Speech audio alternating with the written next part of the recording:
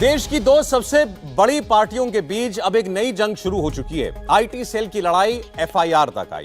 ये सारा हंगामा शुरू हुआ है बीजेपी के आईटी सेल के चीफ अमित मालवीय के 11 दिन पुराने एक ट्वीट से, जिसमें राहुल गांधी को एक खतरनाक और घातक गेम का मोहरा बताया गया था। इस ट्वीट के खिलाफ कांग्रेस ने कर्नाटक में एफआईआर दर्ज कराई थी और राहुल गांधी के खिलाफ साजिश रचने का आरोप लगाया था। जवाब में बीजेपी ने कहा है कि एफआईआर राजनीतिक वजहों से की गई है। एफआईआर के खिलाफ अब कोर्ट में चुनौती दी जाएगी। लेकिन राहुल गांधी को जिस तरीके से उस वीडियो में विदेशी मोहरा बताया गया, विदेशी एजेंट बताया गया, उसको लेकर यह कार्रवाई हो रही है। अमित मालवीय के खिलाफ एफआईआर दर्ज होने पर सवाल उठा तो कांग्रेस ने जवाब दिया। कर्नाटक सरकार में कैबिनेट मंत्री कांग्रेस अध्यक्ष मल्लिकार्जुन खड़गे के बेटे प्रियांक खड़गे ने क्या कहा, देखिए।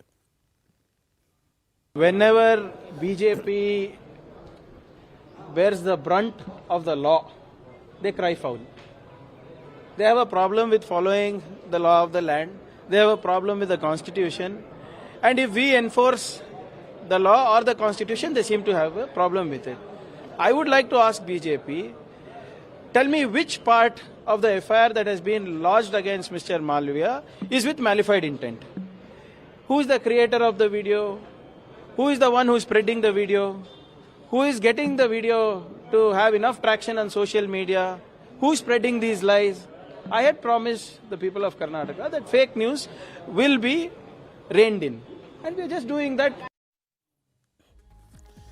तो प्रियांक खड़गे कह रहे हैं कि भाई ये बताएं कि क्या गलत किया, एफआईआर में ऐसा क्या गलत है, और जो वो वीडियो था उसका जवाब तो ऐसे ही दिया जा सकता है कानूनी कार्रवाई करके। अब वो वीडियो कहता क्या था, उस वीडियो में क्या दिखाया गया था राहुल गांधी के खिलाफ, आपको दिखाते हैं। With Modi at the helm, India is all set to become the world's next superpower. Modi needs to be out in 2024. It's our last fighting chance to keep India from catapulting to a global economic power. We need to find a way to break India, divide India internally, spread the minority hate narrative to discourage business investment in India. Stop Modi at any cost.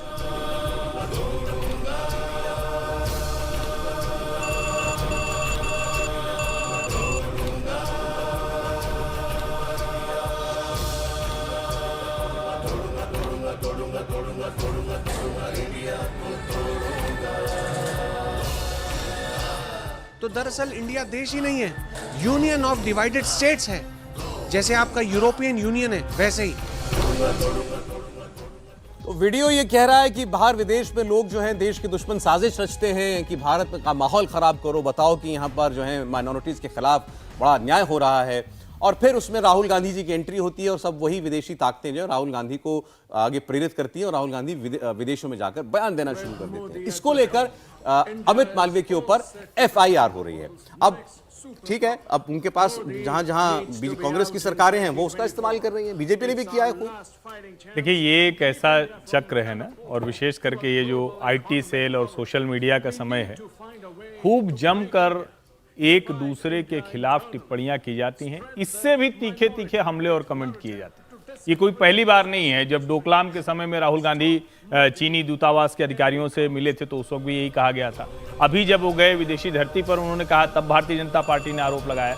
अब अमित मालवीय ने उसको एक animation film बना दी। अब जाहिर है ये court में जाएगा तो कितना टिकेगा, कितना उस पर एक तरह से कहेंगे प्रोसिक्यूशन की तरफ जाएगा, क्या शायद नहीं जाएगा, क्योंकि ऐसे ढेर सारे वीडियोज हैं जो कांग्रेस के भी पड़े होंगे। लेकिन अब ये तय है कि एक और राज्य आने के बाद, राजस्थान छत्तीसगढ़ में ये खूब होता दिखता था। आपको याद होगा जब मैनिपुलेटेड मीडिया लिख दिया था संबित पात्रा के ट्वीट को, तो उस वक्त छत्तीसगढ़ में एफआईआर हुई, फिर दिल्ली पुलिस ने एफआईआर कर ली थी। तो अब सवाल यहां यही है कि क्या ये जो राज्य सरकारों की पुलिस है, जैसे पंजाब पुलिस वो कर देती है भाजपा नेता के खिलाफ, क्या ये पुलिस का काम अब ये भी एक हो जाएगा क्या, और वो भी 2024 के चुनाव तक ये बढ़ने वाला है तो ऐसे दुखद, लेकिन शायद राजनीति की आज ये भी एक सच्चाई है। नहीं, आपने ऐसे याद दिला, ठीक है, हर राज्य जिसके पास कोई स्टेट आ जाता है पार्टी के पास, वो वहां की पुलिस को अपने लिए यूं इस्तेमाल नहीं, इस समय पुलिस का इस्तेमाल ऐसे होने लगा है, कई बार तो बड़ी हास्यास्पद या विवादास्पद स्थिति उत्पन्न हो जाती है कि दो राज्यों की पुलिस आपस में टकरा जाती है। जैसे भी हर्षवर्धन जी ने 2-3 राज्यों का नाम लिया, आसाम में पंजाब के मामले में हुआ सर, पंजाब पुलिस और दिल्ली पुलिस, हरियाणा पुलिस, हरियाणा सुरेंद्र बग्गा के खिलाफ मुकदमा दर्ज हुआ वहां पर पंजाब में। पंजाब की पुलिस यहाँ उनको पकड़ने आई, दिल्ली पुलिस ने किडनैपिंग का केस रजिस्टर किया, हरियाणा पुलिस ने पकड़ करके उनको वहां दे दिया। तो ऐसा लगा जैसे 3-3 राज्य न हो गए 3 देश हो गए, जबकि आमतौर पर होता ही है कि कहीं किसी राज्य में मुकदमा होता है तो दूसरे देश राज्य की पुलिस कोऑपरेट करती है। बिल्कुल। अभी जब वो जिग्नेश मेवानी के खिलाफ ट्वीट हुआ था और जिग्नेश मेवानी के खिलाफ सामान्य ट्वीट पर असम में मुकदमा हो गया, उस मुकदमे के बाद जो है फिर कोर्ट ने जिस तरह से जजमेंट दिया कि पुलिस ने कैसे अरेस्ट किया, तो ये एक नया पवन खेड़ा को जहाज से उतार लिया था असम पुलिस, पवन खेड़ा को जहां से उतार लिया था। तो ये एक नया ट्रेंड आ रहा है। एक तरफ तो हम बात कर रहे हैं कि हम बहुत डेमोक्रेसी में बहुत मजबूत हो रहे हैं, लोकतंत्र मजबूत हो रहा है, दूसरी तरफ पुलिस जिस तरह से कार्रवाइयां कर, हर राज्य की पुलिस उसमें कोई कम नहीं है, चाहे कांग्रेस शासित राज्य हो, भाजपा शासित राज्य हो या आम आदमी पार्टी शासित राज्य, 2 राज्य उनके पास भी है, 1.5 तो है कम से कम बिना पुलिस का दिल्ली और पुलिस वाला पंजाब। तो ऐसे में अब पुलिस जो है अपने राजनीतिक आकाओं के इशारे पर विरोधियों के खिलाफ मुकदमे दर्ज करने का एक नया चलन शुरू हो गया है और मुझे लगता है ये थोड़ा सा ज्यादा खतरनाक स्थिति है। लेकिन एक बात और मैं कहूंगा कि राजनीतिक पार्टियों की आईटी सेल हैं, उनको भी जिम्मेदारी के साथ ट्वीट करना चाहिए। चाहे प्रधानमंत्री जी के खिलाफ अगर कोई कांग्रेस पार्टी की आईटी सेल ट्वीट करती है अपमानजनक, वो गलत है, या राहुल गांधी के खिलाफ अगर बीजेपी आईटी सेल करती है वो गलत है। ये एक मर्यादा के अंदर ट्वीट करना चाहिए। आलोचना करें आप, लेकिन किसी को सीधे सीधे आप देश के खिलाफ साजिश करने वाला बता दें या कोई और अपमानजनक टिप्पणी कांग्रेस की आईटी सेल की तरफ से हो जाए, ये गलत है। वैसे कांग्रेस ने भी अभी नरेंद्र मोदी को लेकर एक वीडियो, एक एनिमेशन डाला हुआ है ट्विटर पर। मुझे लगता है कि इसको थोड़ा और संदर्भ के साथ मैं याद दिला दूं। प्रधानमंत्री झूला झूला रहे हैं चीनी राष्ट्रपति को, उसको लेकर जो ट्वीट किया गया था वो भी इसी दायरे में आ जाएगा। जब आप कहते हैं कि राफेल में प्रधानमंत्री सीधे वहां जाके जो आरोप लगाया था, जो सुप्रीम कोर्ट से गिरा, चौकीदार चोर है, वो भी इसी तरफ आ जाएगा। लेकिन एक बात मैं जरूर बता दूं, देखिए ये सामान्य लोगों के लिए सुनने की बात है। आप राजनीतिक दल पर या तो आपकी इतनी ताकत है, अमित मालवीय बच जाएंगे, पवन खेड़ा बच जाएंगे, तजिंदर बग्गा बच जाएंगे, कुमार विश्वास बच जाएंगे, अलका लांबा बच जाएंगे, लेकिन आप फंस जाएंगे। तो आप इस चक्कर में मत पड़िएगा, ये सबसे जरूरी है। ये राजनीतिक रस्साकशी का हिस्सा बनिए, खूब जमकर ट्वीट कीजिए, लेकिन अपनी भाषा, अपनी मर्यादा का ध्यान रखिए। देवेंद्र यहां है तो इसलिए आज ये बात हम समझते हैं उनसे।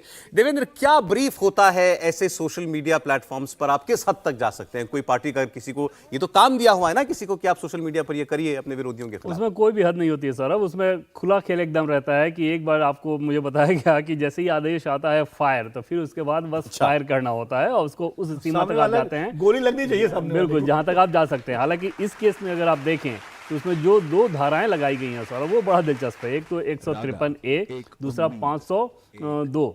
इन दोनों ही धाराओं में अगर किसी ग्रुप या क्लास के खिलाफ आप शत्रुता फैलाते हैं तब ये धारा होती है। अब राहुल गांधी ना ग्रुप हैं ना क्लास हैं, बावजूद इसकी ये धाराएं लगाई गई हैं। उसी से आप अंदाजा लगा सकते हैं कि मकसद निश्चित तौर पे अमित मालवीय को या बीजेपी को दबाव में लाने का था ताकि ऐसी चीज़ें ना कही जाए। हालांकि इस ट्वीट में जो स्टेटमेंट का इस्तेमाल किया गया है राहुल गांधी के द्वारा, वो राहुल गांधी के द्वारा कही गई बातें हैं। ऐसा नहीं है कि उसमें कोई मॉर्फ्ड स्टेटमेंट इसका इस्तेमाल किया गया है। नैरेटिव जरूर उसी प्रकार का सेट किया गया है जो कि प्रेस कॉन्फ्रेंस में मुझे लगता है कि बीजेपी कई प्रेस कॉन्फ्रेंस में इस नैरेटिव को बोल चुकी है। जैसे डिवाइडेड इंडिया नहीं कहा उन्होंने कहा था India is A union of states, ये नहीं कहा था डिवाइडेड स्टेट्स, इसमें डिवाइडेड जोड़ दिया है। इसमें उसमें टेक्स्ट में जोड़ा होगा, ये स्टेटमेंट में जो आवाज में जोड़ा है इंडिया, जो आप देखिए वीडियो। तो चलिए आप लोग राहुल गांधी की इतनी बात हो रही है तो राहुल गांधी की ताजा तस्वीरें भी दिखा देते हैं। जोड़ देते हैं एक लाइन।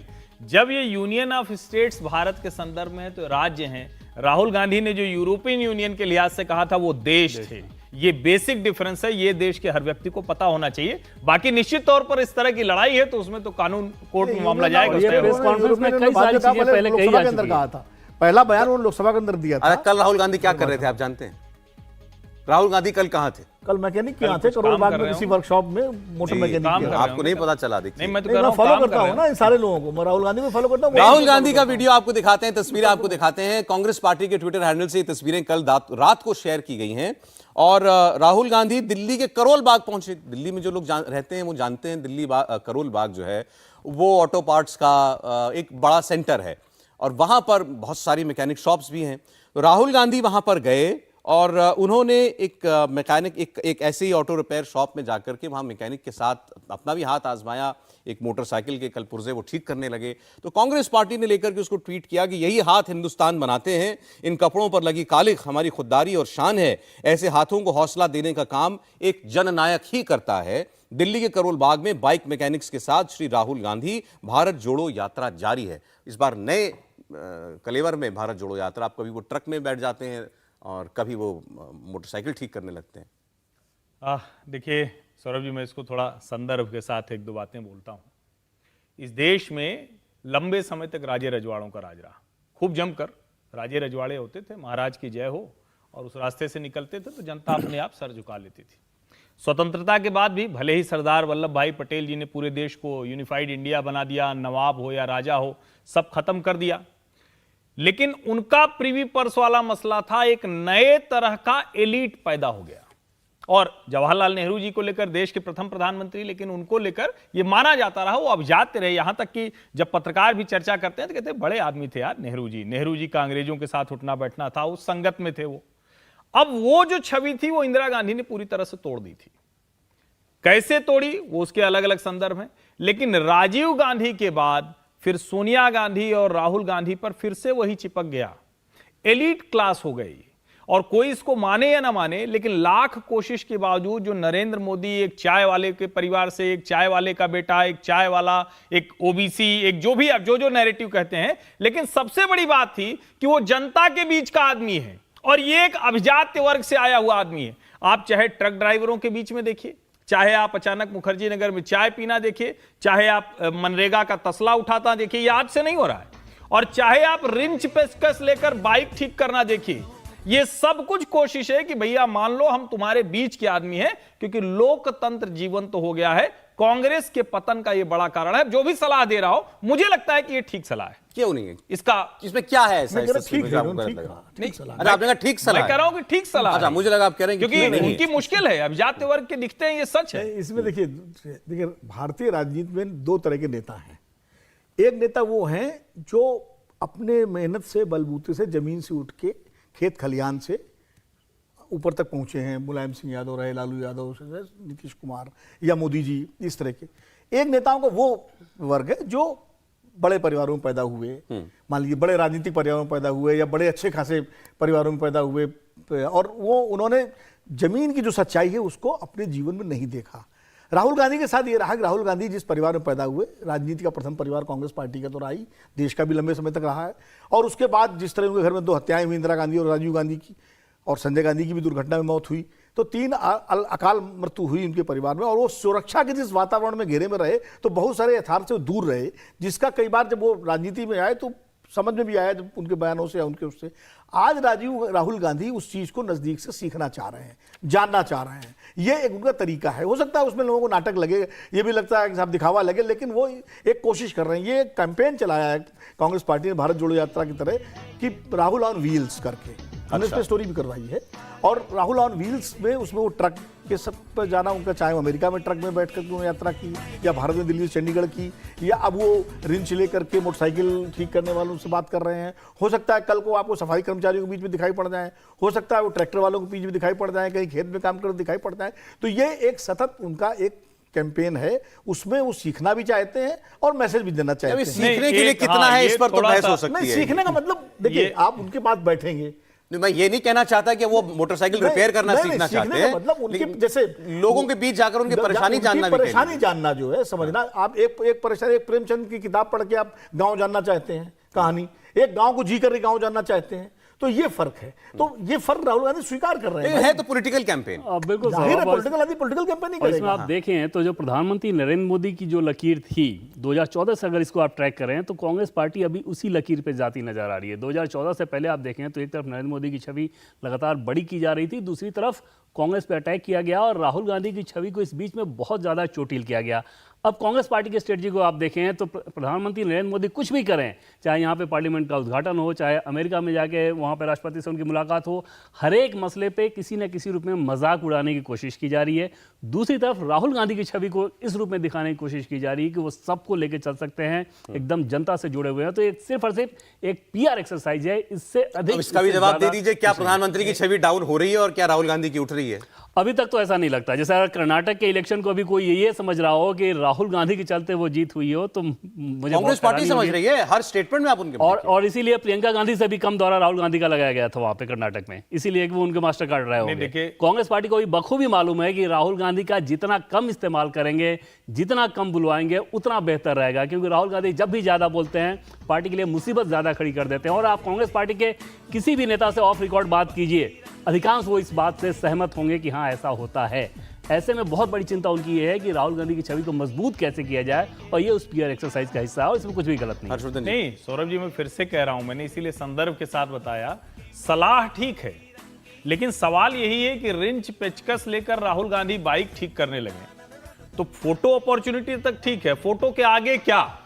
एक होता है ना कि नेता जब कोई काम करना है तो सब जानते हैं एक प्रतीक के लिए करना है, लेकिन उस प्रतीक की मैसेजिंग कहां तक जा रही है, संदेश कहां तक जा रहा है? मुझे लगता है कि वो संदेश वहां तक नहीं पहुंचता है। और जब वो रिंच पेचकस लेकर बैठ जाते हैं, वो अगर बाइक मैकेनिक्स के साथ मिलते, बात करते, उनकी समस्याएं समझते, समझ में आता। वो जिस तरह से रिंच पेचकस लेकर और जो फोटो ऑप है वो बहुत मेरा इसमें क्लियर दूसरा दिखता है। सवाल भी है, आप ऐसे कितने लोगों के पास जाएंगे भाई? आप आज आप जा रहे हैं ऑटो मैकेनिक के पास, कल आप जाएंगे ढाबा चलाने वाले के पास, कभी आप कुली के पास जाएंगे। इस देश में जितने काम है हर आदमी तक तो नहीं राहुल गांधी पहुंच सकते हैं। अभी समय है उनके पास जाने नहीं, के ये लिए। कैंपेन में जैसे कोई दिक्कत नहीं है, लेकिन सवाल वही, देखिए मैं आपको याद, मैंने इसीलिए पहला वो याद दिलाया, वो सबको भूल गया है। मनरेगा वर्कर्स के साथ ये तसले में मिट्टी लेकर गए थे, कोई लाभ नहीं हुआ, क्योंकि आप जो कर रहे हैं, मतलब इसको कई पिकनिक के तौर पर तो लोग नहीं देख ले रहे हैं। जैसे आप दिल्ली एनसीआर के नहीं आसपास देख रहे हैं बहुत लोग, ऐसा हैं। ये बात होती है। नहीं, ढेर सारे देखिए farms ये अपनी अपनी दृष्टि है, गिलास आधा खाली है या आधा भरा है, दोनों सही है। अब कोई पिकनिक की दृष्टि से देख रहा है, कोई देख रहा है वो समझना चाहते हैं उनकी समस्या।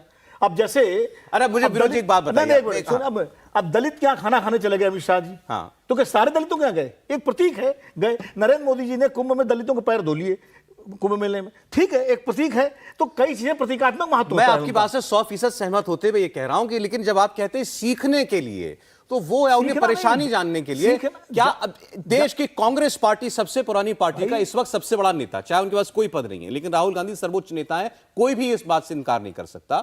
वो व्यक्ति आज 53 साल की उम्र में, आप ये कह रहे हैं कि वो सीखने जा रहे हैं, सीखना कोई मोटरसाइकिल बनाना नहीं सीख रहे मोटरसाइकिल हैं बनाना वो। नहीं सर, मतलब गरीबों की परेशानियां जानने के लिए जा रहे हैं, लोगों के भाई, बीच में जा रहे हैं। मतलब ये बात कुछ चीजें व्यवहारिक होती हैं। हम लोग रिपोर्टिंग करने जब जाते हैं तो कुछ तो हम गूगल से देख लेते हैं, लेकिन स्पॉट पे जाकर भी तो समझते हैं ना कुछ चीजों को कि भाई हाँ ये ऐसा हुआ। तो ये स्पॉट पे जाकर के उनकी समस्याओं को समझने का एक तरीका है।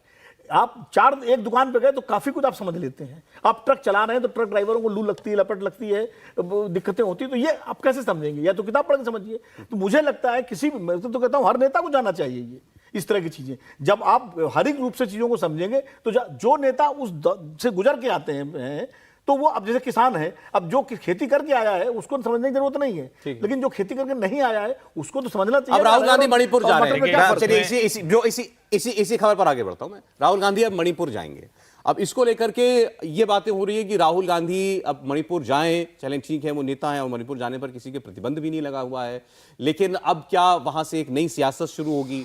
जाहिर है कांग्रेस पार्टी अभी जिस तरीके से वो प्रधानमंत्री पर हमलावर है मणिपुर को लेकर के, उसमें लगातार ये बताया जा रहा है कि वहां हालात बहुत खराब हैं। प्रधानमंत्री ने एक बार भी नहीं नाम लिया है मणिपुर का, ऑल पार्टी मीटिंग में प्रधानमंत्री मौजूद नहीं थे, वो विदेश में थे। यहां तक बता दिया गया कि वो विदेश गए, विदेश कैसे चले गए, वो यहां मणिपुर जल रहा था। अब ऐसे में राहुल गांधी जब वहां जाएंगे तो क्या कोई नया विवाद खड़ा होगा, या आपको लगता है कि नहीं बिल्कुल उचित राहुल गांधी जाते हैं? नहीं, देखिए इस वक्त तो राहुल गांधी को जाने से बचना चाहिए था। या तो वो, इसके अभी सर्वदलीय बैठक हो चुकी है, सर्वदलीय बैठक में गृह मंत्री ने बाकायदा प्लान पेश किया है, बाकायदा बताया कि हमने 36,000 वहाँ फोर्सेज लगा दिए, किस तरह से 5,000 से ज़्यादा मुकदमे दर्ज हुए, 150 से ज़्यादा जिन लोगों को चिन्हित किया गया, इतने लोगों के हथियार वापस आ गए, और उसमें यह बताया गया कि देखिए असली मुश्किल यहां है, हम उसको ठीक कर रहे हैं।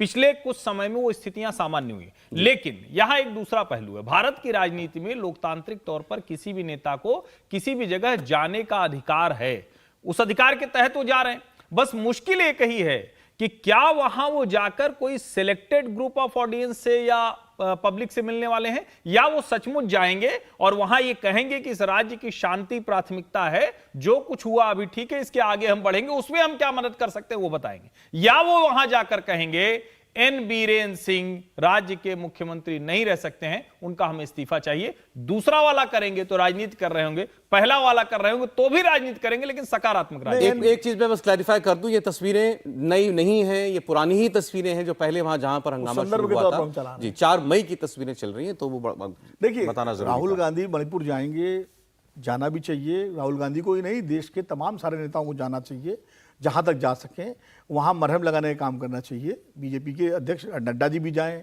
और पार्टियों के लोग भी जाएं, ऑल पार्टी के लोग, और एक साथ जाए तो और अच्छा है।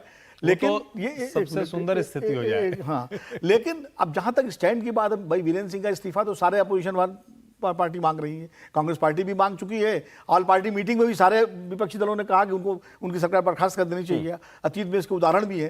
तो जब नरसिम्हा राव ने अपनी ही कांग्रेस पार्टी की सरकार बर्खास्त की थी 1993 में मणिपुर के ही संदर्भ में, इसके उदाहरण भी है। तो वो जाके वहाँ करेंगे। और अभी हम लोग ही कह चुके हैं कि राजनीति में, देश में, हर लोकतंत्र में, हर नेता के हर कदम के पीछे एक चीज तो है विरोध, जिन्होंने जिस ओर इशारा किया कि आप किससे मिलते हैं। हाँ, आप घाटी के लोगों से भी मिले, पहाड़ों के लोगों से भी मिले तो उचित है। बिल्कुल, ये नहीं होना, ये कहीं ऐसा ना हो कि आप एक ही पक्ष के लोगों से मिलें। नहीं, सिलेक्टिव नहीं होना चाहिए, नंबर 1। दूसरी बात ये है कि अब वो जाते हैं और किससे मिलते हैं, तो जब जाएंगे मिलेंगे तब पता लगेगा किससे मिलते हैं, तब हम उस पर चर्चा करेंगे, क्योंकि आपका कार्यक्रम तो चलेगा अभी। तो देवेंद्र, बड़ी आलोचना इस वक्त प्रधानमंत्री की विपक्ष कर रहा है मणिपुर को लेकर के, और राहुल गांधी के जब दौरा होगा वहां पर तो आप समझ सकते हैं कितना एम्पलीफाई होगी वो आवाज। निश्चित तौर पर सौरभ, और इसमें कोई दो राय नहीं कि मणिपुर की समस्या अभी भी एक बहुत चिंता का सबब है। और लगातार आप देख रहे हैं कि अगर गृहमंत्री अमित शाह खुद बैठकों का दौर कर रहे हैं, वो मणिपुर होके भी आए 2 दिन, तो उससे अंदाजा लगाया जा सकता है कि सरकार को भी बखूबी एहसास है इस बात का कि इस समस्या का समाधान जल्द से जल्द निकाला जाए। हालांकि अभी तक उसमें कोई सफलता मिलती नजर नहीं आ रही है। अब ऐसे में राहुल गांधी का दौरा वहाँ पे होना, मुझे हैरानी होगी इस बात पे कि अगर सब कुछ इजाज़त दे दिया जाए उनके दौरे को लेकर, बहुत ज़्यादा संभावना ये है कि शायद वहाँ पे राज्य सरकार के द्वारा इस बात की मनाही भी की जाए कि अभी ये दौरा करना ठीक नहीं रहेगा। लेकिन राहुल गांधी कंट्रोल दौरा हो, मतलब जहां पर एक्सेस दी जाए बस वहीं हो जाए। ऐसी कोई ना कोई चीज़ रहेगी एकदम, उसमें एकदम से फ्री नहीं दिया जा सकता, और संभव नहीं रहेगा। लेकिन राहुल गांधी के नज़रिए से देखें तो उनके पास कोई ऐसा कारण नहीं कि वहाँ पर वो ना जाएं, क्योंकि कांग्रेस पार्टी लगातार इस बात को कहते भी रही है। और अगर ये राजनीति है भी तो ये राजनीति क्यों ना हो, अगर आप उस स्टेट को संभाल रहे हैं और स्थिति खराब है, तो ऐसे में अपोजिशन तो जाके वहाँ पे कहेगा ही कि आप ये चीज़ें गड़बड़ी कर रहे हैं और हम इसको ज़्यादा बेहतर तरीके से हैंडल कर सकते थे। तो राहुल गांधी के नज़रिए से देखें तो आप बिल्कुल समझ में आ रहा है, लेकिन देखना होगा कि राज्य सरकार कितनी दूर तक जाने की इजाज़त इनको किस रूप में देती है।